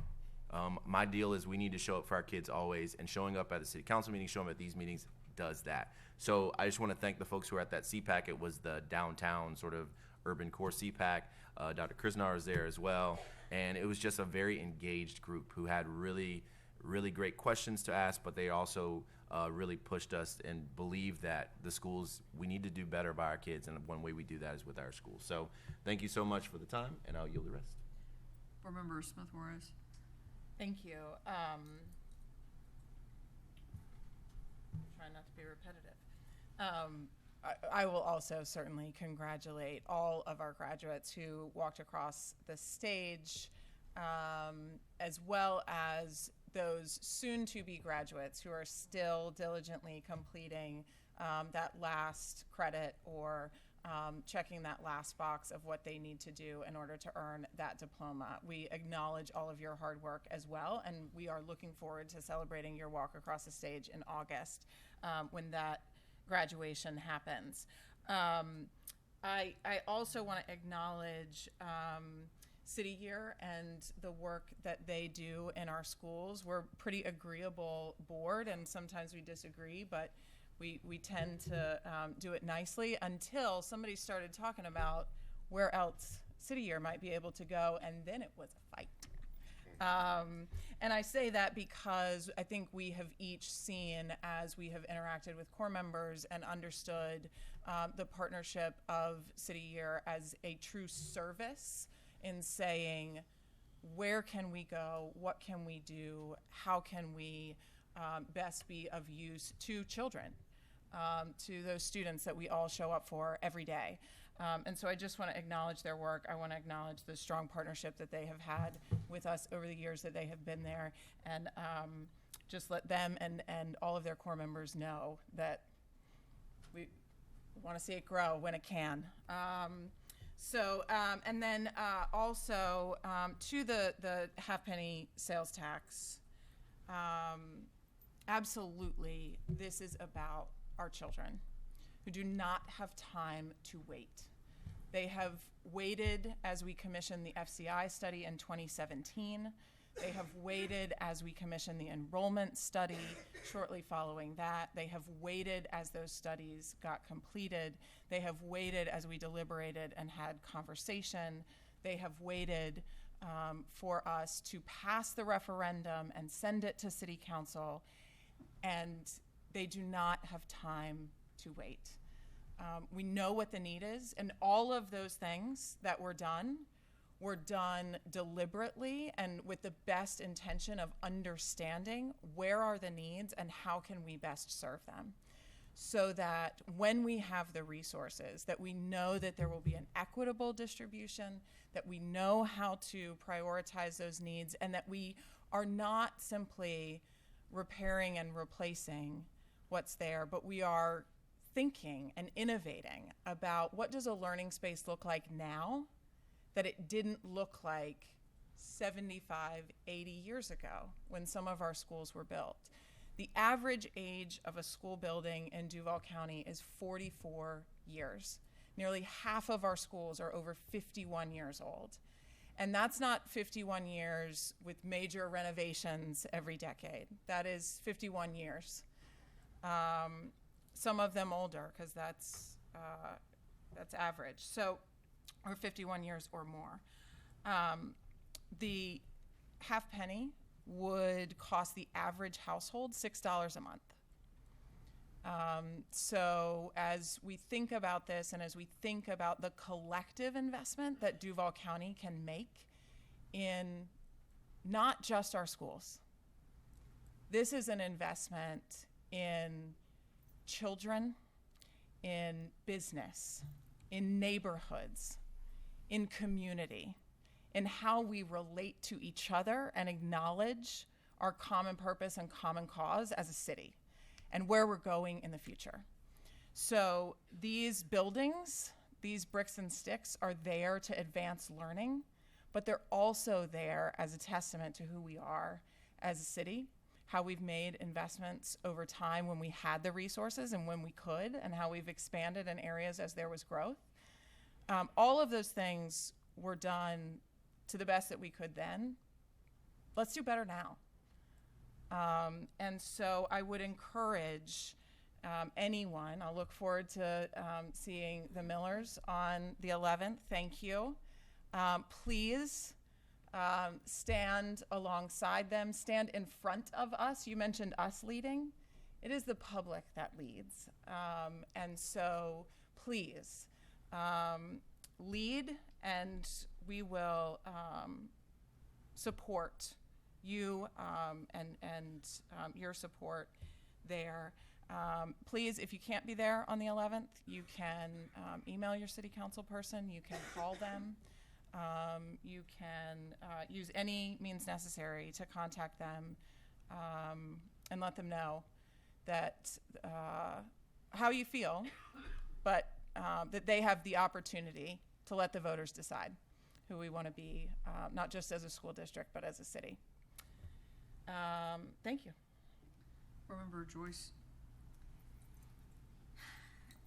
I've received a lot of phone calls over the last few days about City Year being taken out of Ed White. It's not a popular decision in the Ed White community, and I hate that it has had to happen. Ed White wasn't the only high school to lose City Year. I think Andrew Jackson also lost their services. And while it's hard, because they do provide such valuable resources to our teachers and our students, I want to just go on record as saying that while I really hate it, I do understand that the superintendent would like to redistribute those resources to some of our elementary schools where you feel like that is where those resources need to be. And so I wanted to address that. Graduation season was amazing. I absolutely loved it. I have two stories that I want to tell you. One of my favorite graduations was the Pretrial Detention Center graduation. I was moved. I wept. I cried. It was beautiful. The keynote speaker at that graduation was absolutely amazing. And what he told those students that were sitting there getting their diplomas was that he had spent 20 years incarcerated. And while he was incarcerated, he got his master's degree from Boston College. And that master's degree did not say that he received it from Boston College incarcerated. It said he had a master's degree from Boston College. And I just felt like he was really very motivational, and it was a wonderful experience for me. The second one was attending the graduation at Ed White. 30 years ago this year, I graduated from Ed White High School. And so it was an honor to be able to be there to hand out diplomas. A lot of these students were my students when they were at Joseph Stillwell. But the most meaningful graduation experience by far that I had was when a former Joseph Stillwell student, he's a PI student, named Jericho Burrows, who has cerebral palsy, got up and walked across the stage to get his diploma. And his mother did not know that was about to happen. It was moving, and it was beautiful, and it was something that I will never forget.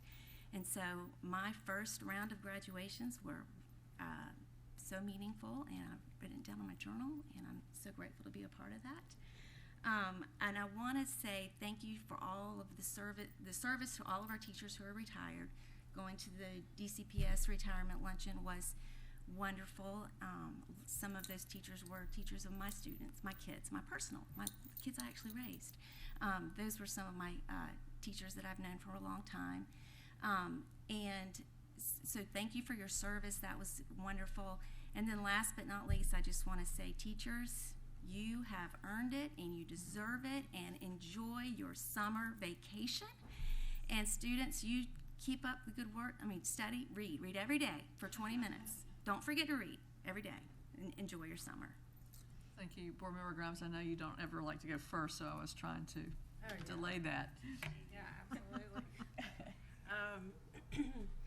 Well, first I'd like to tell Board Member Smith-Juarez that I'm very grateful that you weren't there for your schools, because I got to go instead. So I'm grateful for that.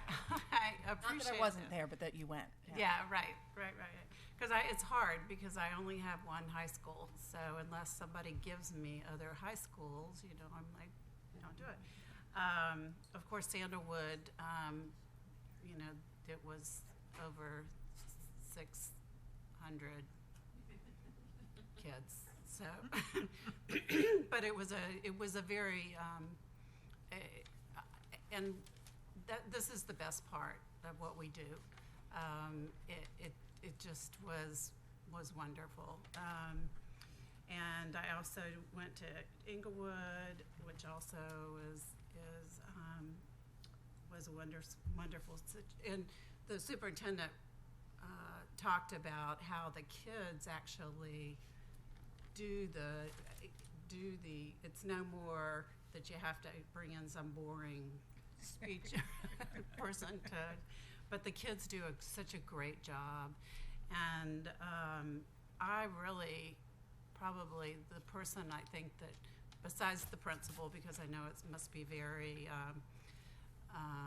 a little nervous, but the person who actually has to put it all together, I have to say that is probably the one person that I can, because I'm sure that there's always something that's going wrong, but I did enjoy that. Also, the retired,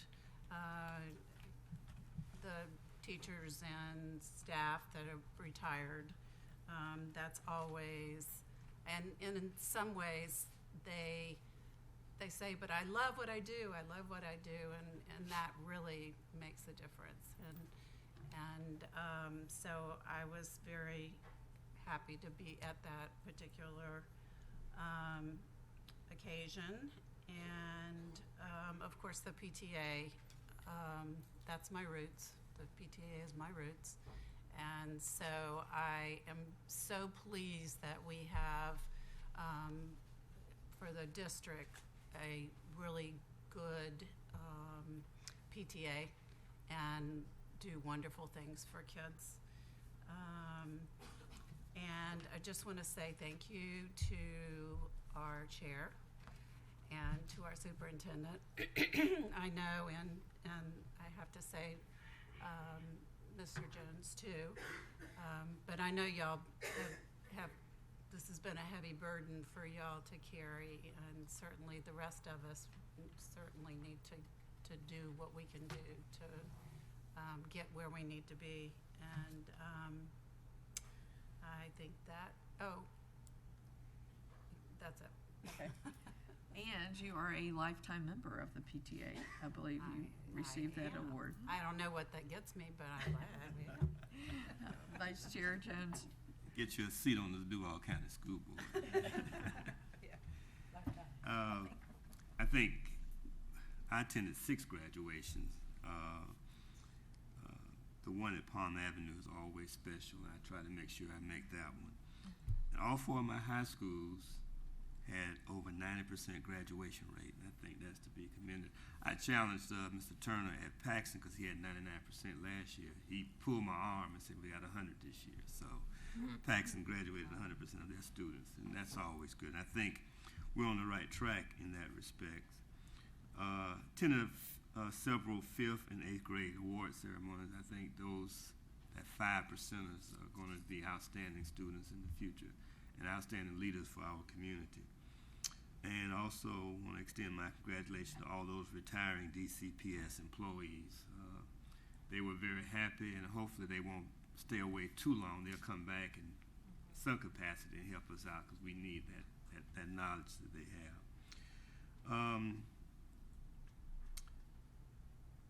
We have a challenge in making sure that this committee, this community move forward with half-penny sales tax. We need to get it on the ballot. It's going to take all of us working together to do it.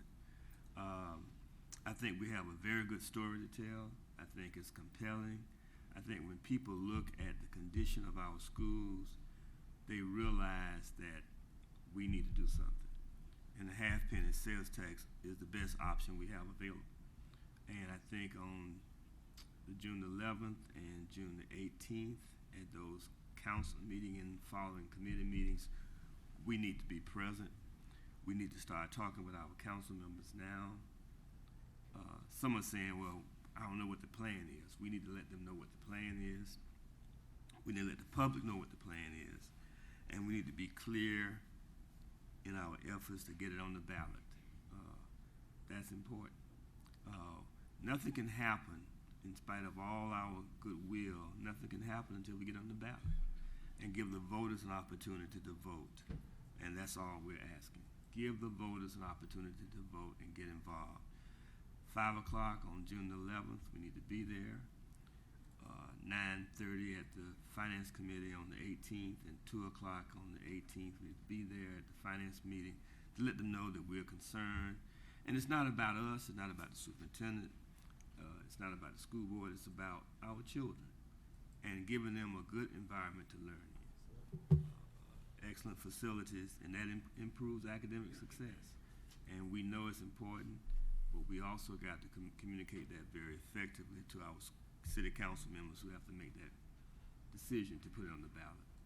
So I just want to encourage us to be there in force on the 11th and the 18th, and thank you very much, Madam Chairman, for all you've done, all the meetings you've had, all the hands you've had to shake, and meeting with the mayor, you and the superintendent, the mayor, the council president, and others leaders in the community to try to make sure that we can get this on the ballot. Thank you for your leadership.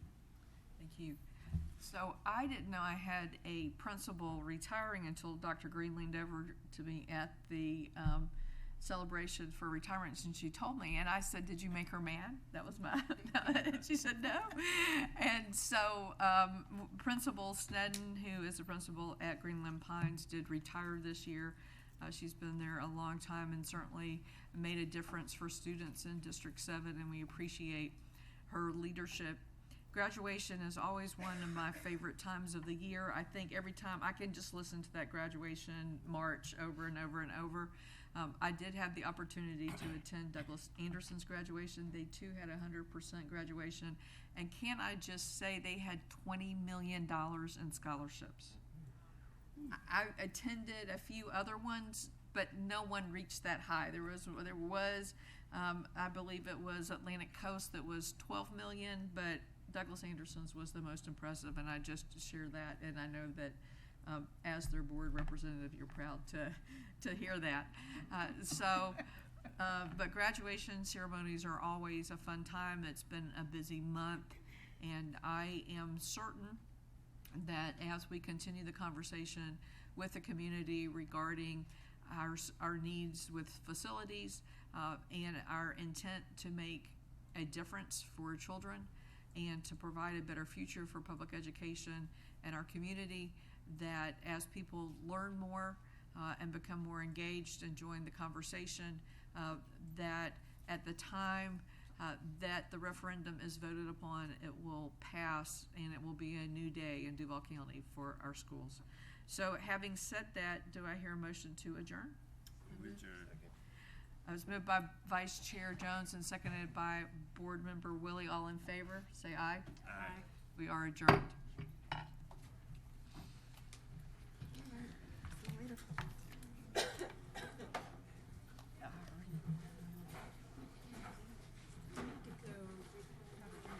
I drew a little martini glass and I knew I had to do the same. Oh, is that what that was? Yeah. No, no,